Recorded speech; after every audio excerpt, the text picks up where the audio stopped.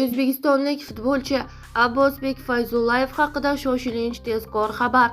Assalomu alaykum. Tezkor hamda muhim yangiliklarni o'tkazib yubormaslik uchun like hamda podpisatsiya tugmachalarini bosib qoldirishni unutmang.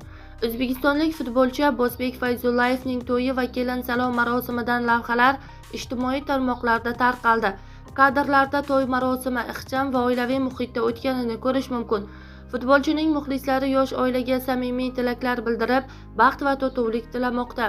Ijtimoiy tarmoq foydalanuvchilari marosimning dabdabasiz o'tganiga alohida e'tibor qaratgan. Ayrimlar buni futbolchining shaxsiy tanlovi sifatida baholagan bo'lsa, boshqalar oddiy va kamtarona to'y o'tkazilganini ijobiy qabul qilgan. Tarqalayotgan xabarlarda Abbosbek Fayzullayevning katta to'y qilish imkoniyati bo'lsa-da, marosimni ixcham shaklda o'tkazishni o'zi istagani aytilmoqda.